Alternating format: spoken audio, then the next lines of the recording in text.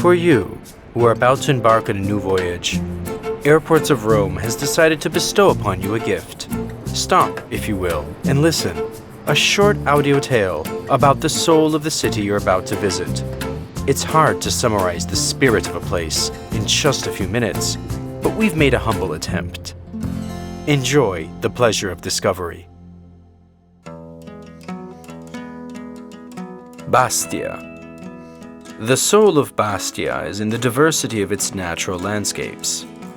The Italian writer Italo Calvino, looking across the sea on a clear morning from his house on the coast of Liguria, said that the outline of Corsica appeared to him as a ship, heavy with mountains, suspended on the horizon.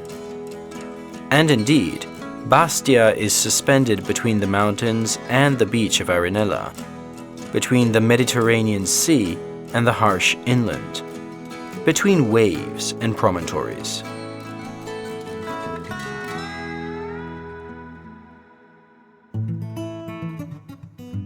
As you pass by the holiday resorts of Corsica, you'll find woods and torrents, reefs and barren expanses where herds graze. As you walk through the cramped and maze-like alleyways of the city center, you'll find yourself crossing parks and lively squares. You'll see the white houses and painted blinds. You'll be able to visit traditional boutiques and the brewery, which produces Cap Corse liqueur. This aperitif is made from oranges and medicinal herbs, and is one of the symbols of Corsica. Just like the northern peninsula from which it takes its name, Bastia is a diversity of architecture. Genoese, followed by Tuscan. It has the same charm of French or Italian villages, with laundry hanging from the windows into the courtyards, and small cafes where the locals gather to talk about sports. Many Corsican writers have pointed out how this island long struggled to express its own identity, to either be independent or to integrate with the French culture. These writers strive to free the country from its stereotype as a lawless land. Just consider how the nationwide cycling competition of Tour de France had to wait until 2013 before being able to pass through here. It took 100 editions before this would pass. And in the meanwhile, Parisian economists were calculating how expensive Napoleon's island was to their coffers. Napoleon Bonaparte, of course, the most famous figure to have been born to Corsica. And yet, also here a controversial one. Some consider him a draw for tourism, as the commune of Ajaccio does. Here, visitors line up to see the house where he was born, which has been restored to the exact way it was then, or to see the Cathédrale Notre-Dame de la Miséricorde, where Napoleon was baptized. But some historians take a different approach. For them, he's guilty of transforming Corsica into an island for exiles.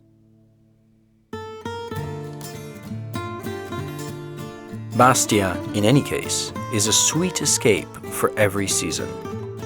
It offers concerts in the summer and the Salon du Chocolat in October. Further off, but still nearby, you'll be pulled south towards the commune of Furiani and the lake of Biguglia, with over 250 bird species and 350 plants. Court, on the other hand, is the core of the entire island. It's heart of stone, halfway between Bastia and Ajaccio, a citadel upon a rocky bastion. Court today is the traditional hub for hikers to set off from to discover rivers, torrents, and gullies. Bastia asks but one thing from its visitors: tread lightly. In exchange, you may enjoy an ice cream at Porto Vecchio, marvel at its ancient trees, visit its Baroque churches, or just lose yourself in the crowd at a fairground. For to get lost here is to find yourself in a marvelous land.